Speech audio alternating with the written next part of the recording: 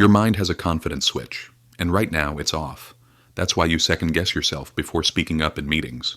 Why you rehearse conversations in your head for hours but freeze when the moment comes. Why you watch other people move through the world with ease while you're stuck analyzing every decision. And here's what nobody tells you. Confidence isn't something you build. It's something you uncover. It's already there, buried under layers of conditioning and false beliefs about who you're supposed to be. There's an actual mechanism in your brain that controls whether you show up with certainty or doubt. And once you learn how to flip that switch, everything changes. Yeah, you heard that right. We're not talking about affirmations or fake it till you make it. We're talking about rewiring the actual neural pathways that determine whether you trust yourself or question everything you do. And I know this because I spent years living in the doubt, convinced I was just wired differently.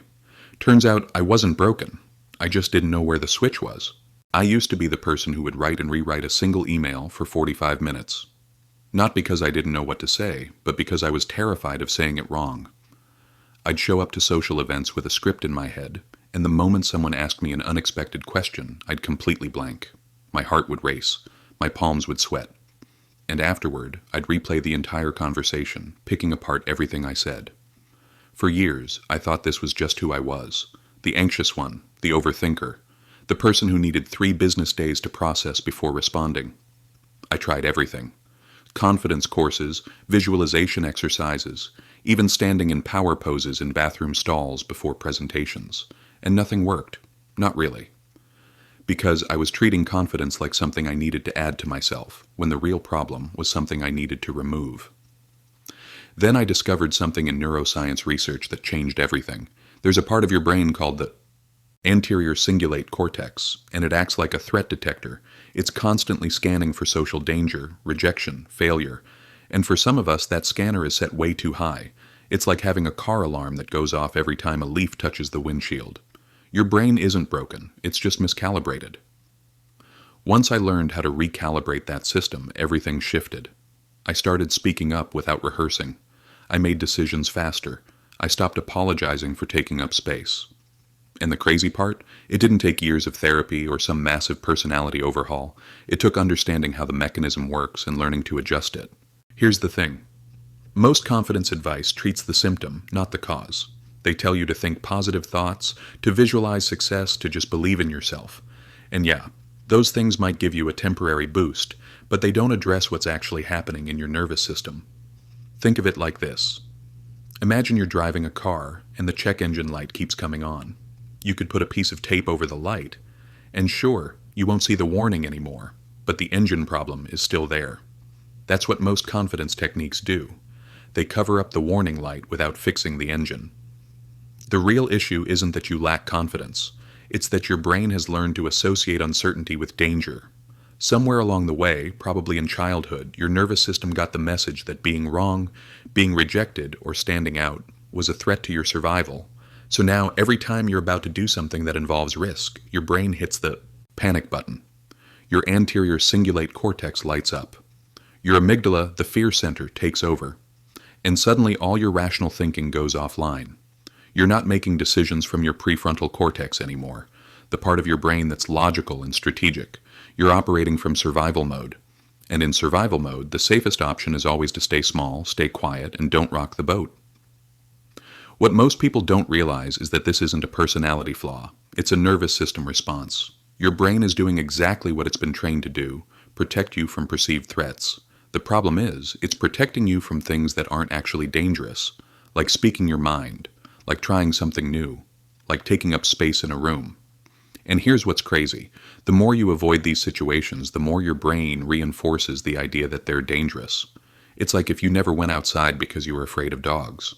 Your brain would interpret that avoidance as proof that dogs are, in fact, life-threatening. You'd become more afraid, not less. That's what's happening with confidence. Every time you hold back, your brain logs it as evidence that speaking up is unsafe. So the solution isn't to force yourself to be more confident. It's to retrain your nervous system to recognize that these situations aren't threats. And that happens through a very specific process that most people never learn. Neuroscience research over the past decade has shown us something remarkable. Your brain has what's called neuroplasticity. It can rewire itself based on your experiences. The neural pathways that trigger self-doubt and hesitation, they're not permanent. They're just well-worn paths that your brain defaults to because they've been used so many times. But here's the good news. Every time you create a new experience, every time you do something differently, you're literally building new neural pathways. And the more you use those new pathways, the stronger they become. Eventually, they become the default. That's not motivation speak. That's measurable, observable brain science. Studies from Stanford and UCLA have shown that people who intentionally practice what's called confidence retraining show actual changes in brain activity within 30 days. The anterior cingulate cortex becomes less reactive. The prefrontal cortex, your decision-making center, becomes more active, and the amygdala, your fear center, calms down. But this only works if you understand the mechanism. You can't just push through fear and hope it goes away. You have to work with your nervous system, not against it. And that's what we're about to break down. The exact process your brain needs to flip the confidence switch from off to on.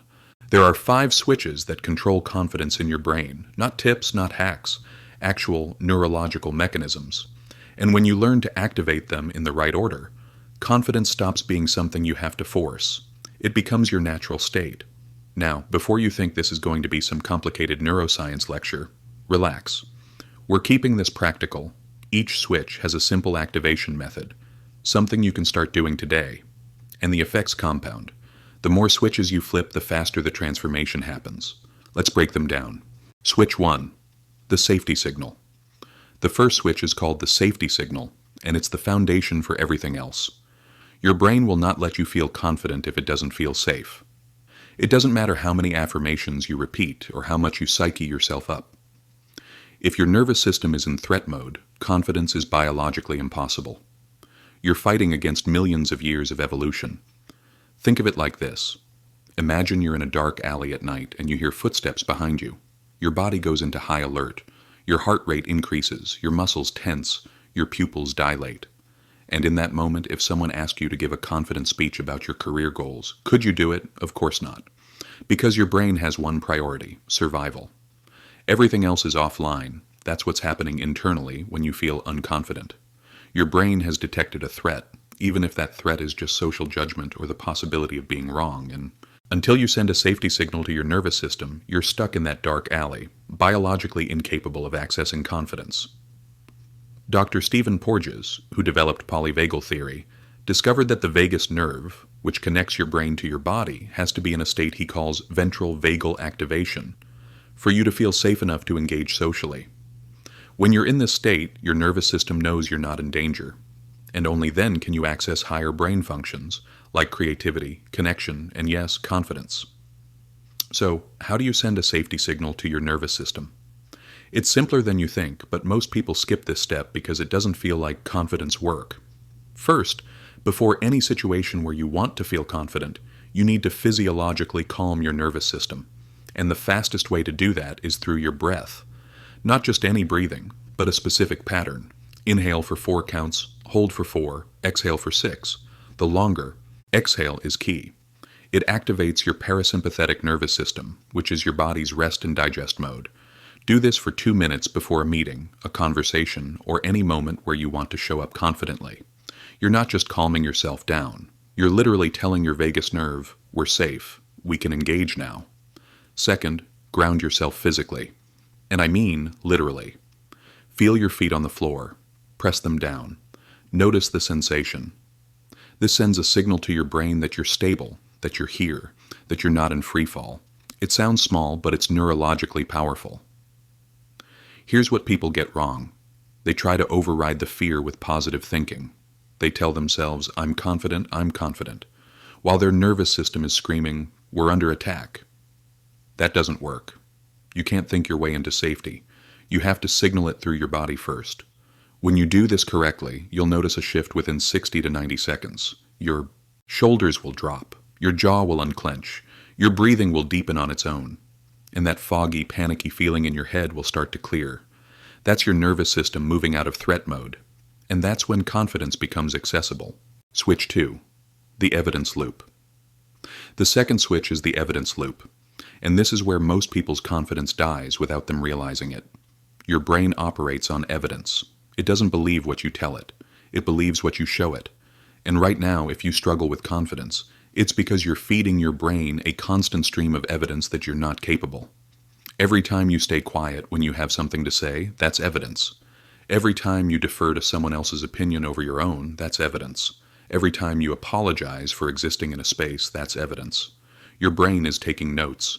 And after thousands of these moments, it's built a very convincing case that you are, in fact, someone who should doubt themselves. But here's the thing. The evidence loop works both ways. You can also feed your brain evidence of capability. And when you do that consistently, your brain starts to shift its default assumption about who you are. Think of your brain like a lawyer building a case. Right now, it's building a case for why you should be uncertain. It has years of exhibits, witness testimony, precedent, but you can start building a counter case. And you don't need to win the whole trial in one day. You just need to introduce reasonable doubt. You need to show your brain, wait, maybe the story we've been telling isn't the only story. Neuroscientist Dr. Andrew Huberman talks about something called procedural memory. Your brain remembers what you do more than what you think, and when you repeatedly do something, even something small, your brain starts to encode it as, this is who we are now. There's also research from Stanford on what they call micro-confirmations. These are tiny moments where you act in alignment with the identity you want to embody. And the brain doesn't distinguish between big moments and small ones. It just counts repetitions. 5 small moments of confidence have more neurological impact than one big moment. So here's how you activate the evidence loop. You start collecting micro wins. Not achievements, not accomplishments, just moments where you acted like a confident person, even if you didn't feel confident. Did you make eye contact with someone today? That counts. Did you say what you actually wanted for lunch instead of just going along with the group? That counts. Did you send an email without reading it 17 times? That counts. At the end of each day, write down 3 micro wins. 3 pieces of evidence that you acted with confidence, even for a second. Your brain doesn't care how small they are. It's just counting data points. And after 30 days of this, you'll have 90 pieces of evidence that directly contradict the old story. Here's the key.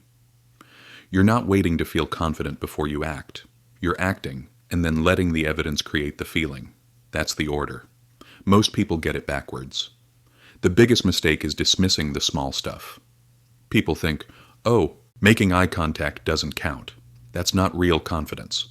But that's exactly the thinking that keeps you stuck. Your brain learns through repetition of small things, not occasional big things. Another mistake is only counting external wins. The evidence loop isn't about impressing other people. It's about showing your brain that you can trust your own decisions, so even private moments count, especially private moments. Within 2 weeks of actively collecting evidence, you'll notice your internal dialogue starts to shift. Instead of, I can't do this, it becomes, I've done things like this before. That's your brain accessing the new evidence file. And once that file gets thick enough, it becomes your new default reference point. Switch 3. The identity anchor. The third switch is what I call the identity anchor. And this is the one that makes confidence permanent instead of temporary. Here's the truth. You can learn all the techniques in the world, but if your core identity is still, I'm not a confident person, you'll always snap back. It's like trying to hold a beach ball underwater. You can do it for a while, but the moment you let go, it pops right back up. Your identity is the deepest program running in your brain. It's the answer to the question, who am I? And every decision you make, every action you take is filtered through that answer. If your identity says, I'm someone who doubts themselves, then confidence will always feel like you're pretending, like you're wearing a costume that doesn't fit. But identity isn't fixed. It's a story you've been telling yourself, and you can revise the story. Think of identity like the foundation of a house. You can rearrange the furniture, paint the walls, change the decor. But if the foundation is cracked, the house will never be stable. Confidence techniques are the furniture. Identity is the foundation. I'll give you an example. I used to introduce myself at networking events by saying, I'm just a... followed by whatever I did. I'm just a writer. I'm just working on a small project. That word just was doing a lot of work. It was protecting me from judgment, but it was also reinforcing an identity of smallness. One day, someone called me out on it. They said, why do you keep diminishing yourself? And I realized I wasn't just being humble. I was telling myself over and over, I am small. I am not someone who takes up space. That was my identity anchor. and it was keeping me locked in place. Carl Jung talked about the concept of the persona, the mask we wear, versus the self we actually are. He believed that confidence issues weren't about lacking something. They were about being disconnected from your authentic self. When you're trying to be confident as someone you're not, it doesn't work. But when you anchor into who you actually are, confidence becomes effortless. Modern psychology backs this up with research on identity-based habits. Studies by James Clear and others have shown that behavior change is far more sustainable when it's tied to identity. People who say, "I am a runner," exercise more consistently than people who say, "I want to run more." The identity comes first. The behavior follows. So how do you shift your identity anchor? You start by noticing the language you use to describe yourself, both out loud and in your head. Spend 1 week just tracking this. How do you introduce yourself? How do you talk about your work, your life, your capabilities? Are you using qualifiers like just, kind of, sort of, maybe? Are you preemptively downplaying yourself before anyone even asks? Once you notice the pattern, you start making micro adjustments. Instead of "I'm just a," you say "I'll," period. No qualifier.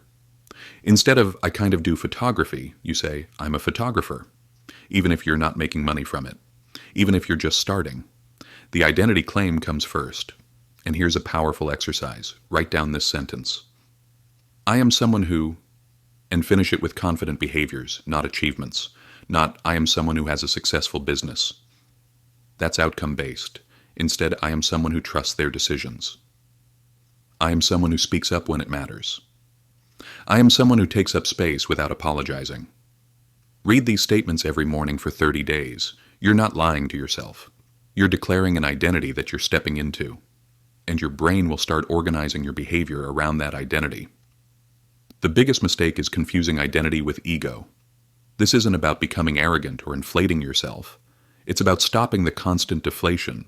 It's about existing at your actual size instead of shrinking yourself down. Another mistake is waiting for external validation before claiming an identity. You don't need permission to be a confident person. You don't need someone to certify you first. You decide, and then you act accordingly. When your identity anchor shifts, something interesting happens. Confident behavior stops feeling like effort. It stops feeling like you're putting on a performance. It just feels like being yourself. And when someone challenges you or doubts you, it doesn't shake you the way it used to. Because you're not trying to convince them. You already know who you are. Switch 4. The reset ritual. The fourth switch is the reset ritual. Because even with all the right wiring, you're still going to have moments where you fall back into doubt. Confidence isn't a permanent state. It's not like you flip the switch once and you're done forever. You're going to have bad days. You're going to have moments where the old neural pathways light up and suddenly you're back to overthinking, second-guessing, spiraling. And that's okay. That's not failure. That's just being human. The difference between someone who has sustainable confidence and someone who doesn't isn't that they never doubt themselves. It's that they know how to reset quickly instead of staying stuck in the spiral for hours or days. Think of it like this. Imagine you're driving and you hit a pothole. You could panic, slam on the brakes, pull over and sit there analyzing what went wrong. Or you could just correct your steering and keep driving. The pothole happened. You felt the jolt, but it doesn't have to derail the whole journey. There's research on what's called psychological flexibility, which is the ability to experience difficult thoughts and emotions without getting stuck in them. Dr. Stephen Hayes, who developed acceptance and commitment therapy, found that people with high psychological flexibility don't have fewer negative thoughts. They just don't let those thoughts control their behavior. They have a built-in reset mechanism. When doubt shows up, they acknowledge it, and then they move forward anyway. That mechanism isn't something you're born with. It's something you build through practice. Here's how you build your reset ritual. First, you need a pattern interrupt. When you notice yourself spiraling into self-doubt, you need a physical action that breaks the loop. For me, it's a specific movement. I shake out my hands like I'm flicking water off them. It sounds silly, but it works. It's a physical signal to my brain that says, we're releasing this. We're not holding on to it. Other people snap a rubber band on their wrist, or touch their thumb to each finger in sequence, or take 3 deep breaths with their eyes closed. The specific action doesn't matter. What matters is consistency. You're creating a neurological link between that action and the state of letting go. Over time, just doing the action will trigger the release. Second, you need a redirect statement, not a positive affirmation, not "I'm amazing and everyone loves me." That feels fake when you're in a doubt spiral, instead something neutral and true. My go-to is, "This is just a thought, it's not a fact." That simple statement creates just enough distance between you and the doubt that you can see it as a passing mental event instead of absolute truth. You're not arguing with it, you're just observing it, and observation reduces its power. Third, you need a micro-action. Something small you can do in the next 60 seconds that puts you back in motion. Send one email, make one decision. Say one thing you've been holding back. The action doesn't have to be big. It just has to remind your brain that you're still in the driver's seat. The mistake people make is thinking they need to fully resolve the doubt before they can move forward. They want to understand where it came from, work through the underlying trauma, heal the root cause. And yeah, that deeper work has value. But in the moment when you're spiraling, you don't need healing.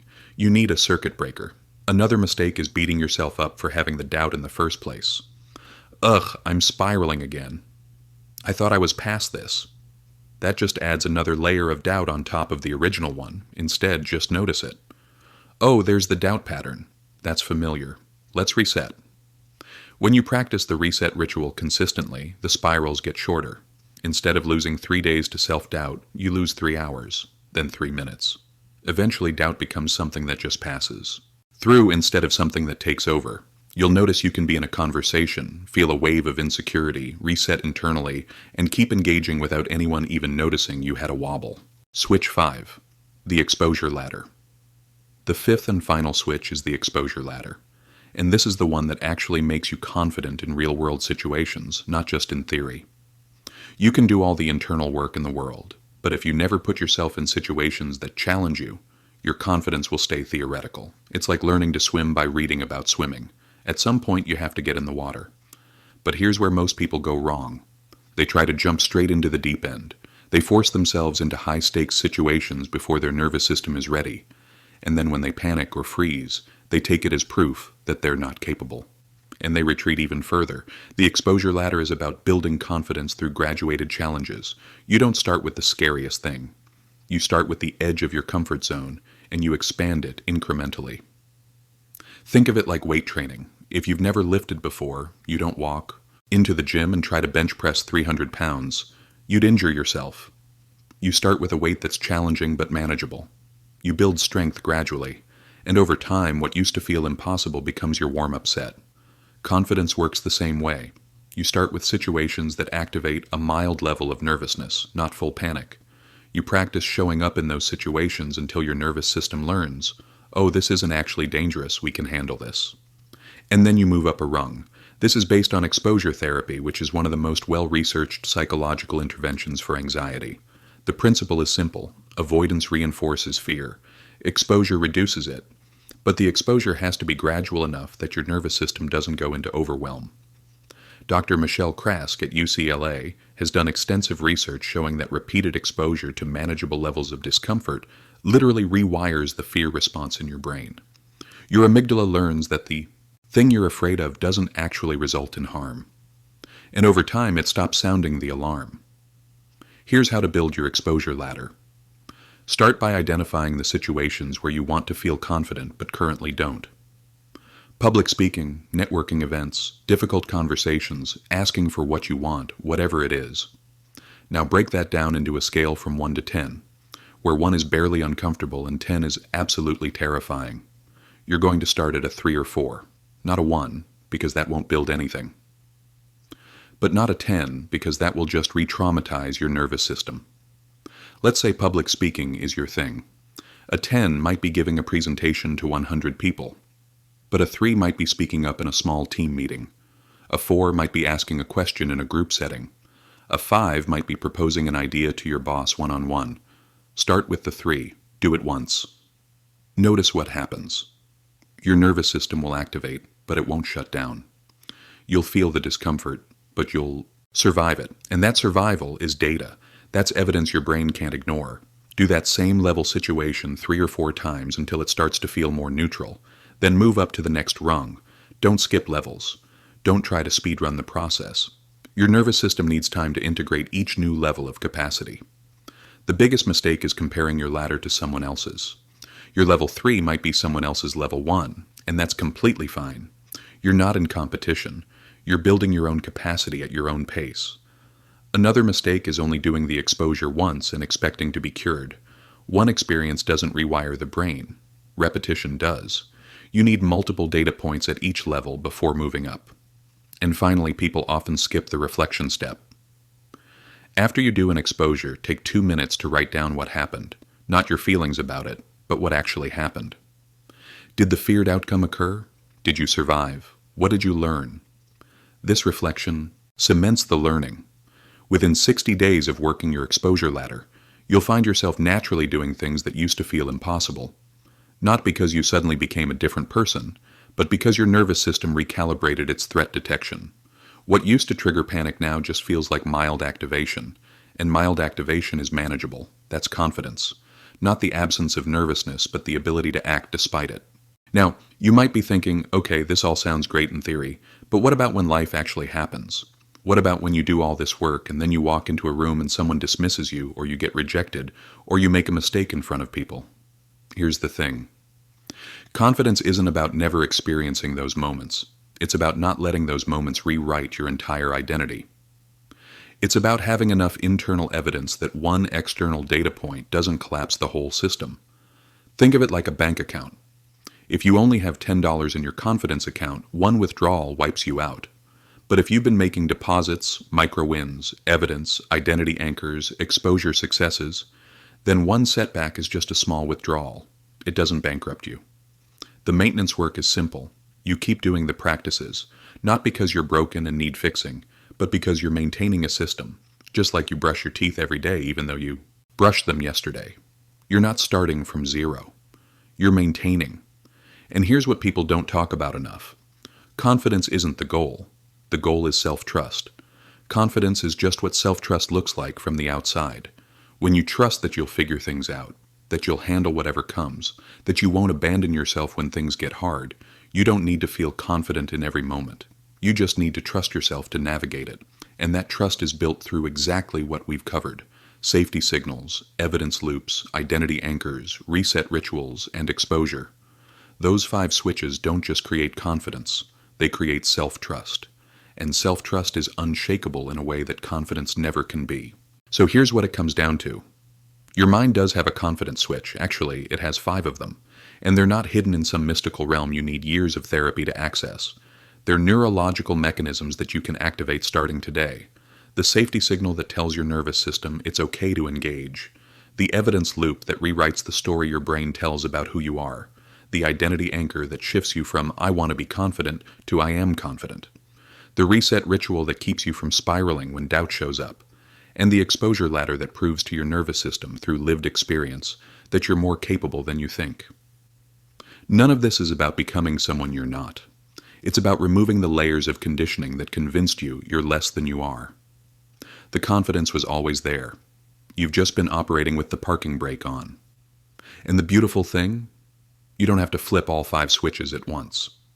Start with 1. Start with the safety signal. 2 minutes of breathing before you walk into a situation. That's it. That's the beginning. And then add the next switch when you're ready. This isn't about perfection. It's not about never doubting yourself again. It's about building a system that brings you back to center faster. A system that reminds you who you actually are when the world tries to tell you otherwise. You're not broken. You're not fundamentally flawed. You're not missing some confidence gene that other people have. You just never learned how the mechanism works. And now you do. So the question isn't whether you can be confident. The question is, are you ready to stop arguing with yourself about whether you're allowed to be? Are you ready to stop waiting for permission from the outside world and just flip the switch yourself? Because it's already there. It's always been there. You've just been looking in the wrong place. Turn it on.